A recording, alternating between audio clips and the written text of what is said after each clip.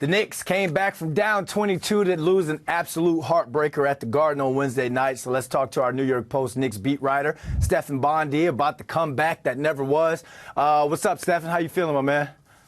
I'm great, man. Thank you. How you doing? All right. I am not going to lie. I was one of those people who cut the game off when I saw a 22-point deficit. But I did rewatch the morning, especially this morning, especially the crazy final 5 seconds and the end of the game. So talk to us. Give us your thoughts about the game as a whole.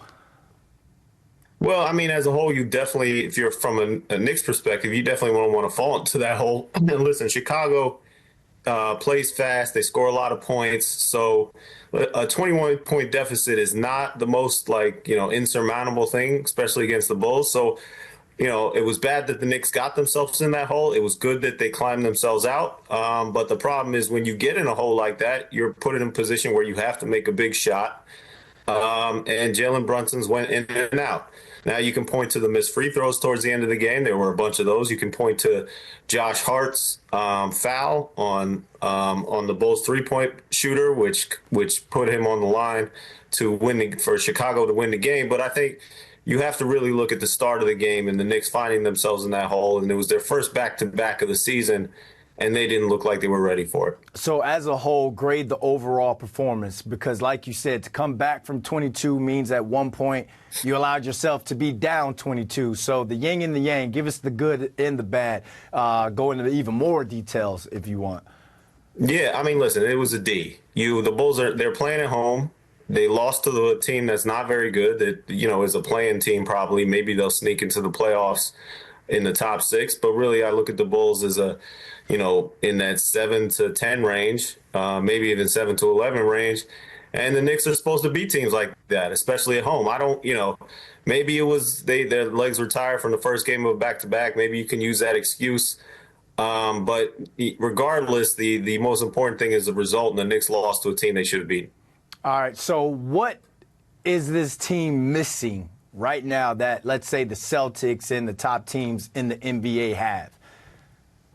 Well, I think most important is chemistry. This is a team that they really reconfigured who they were, and I know they're bringing back Jalen Brunson and Josh Hart, and they're bringing back Miles McBride, and they OG Anunoby played some last season, so there's some continuity there, but really, you change the whole identity of this team from what we saw last season, and there's going to be chemistry issues, and there certainly has been.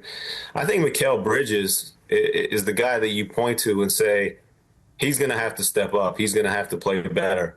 Jalen Brunson as well, but, you kind of almost assume that Jalen Brunson's going to get it together. He's going to start hitting his shots at a higher percentage.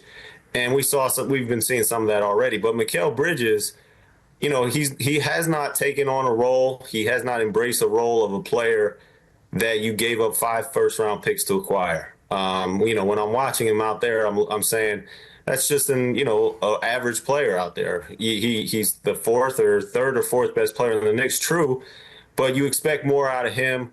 So, on both sides of the ball, actually, not just offensively, but also defensively. So I think he's a big key to what they're going to be moving forward. Karl-Anthony Towns has been tremendous offensively. There are some issues defensively that we already knew about, that we kind of anticipated. And maybe down the line, if you get Mitchell Robinson back, you can push Karl-Anthony Towns to the 4, and then you won't have some of those rim protecting problems that we've seen so far. So I think those are the key issues. The other thing is depth.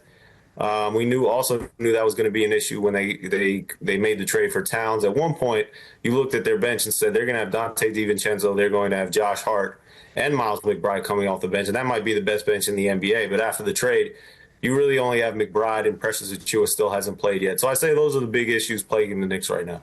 All right, so you mentioned Mikal Bridges. The next 2 games are against Brooklyn. One, would you allow me to hype this up as a must-win 2 games?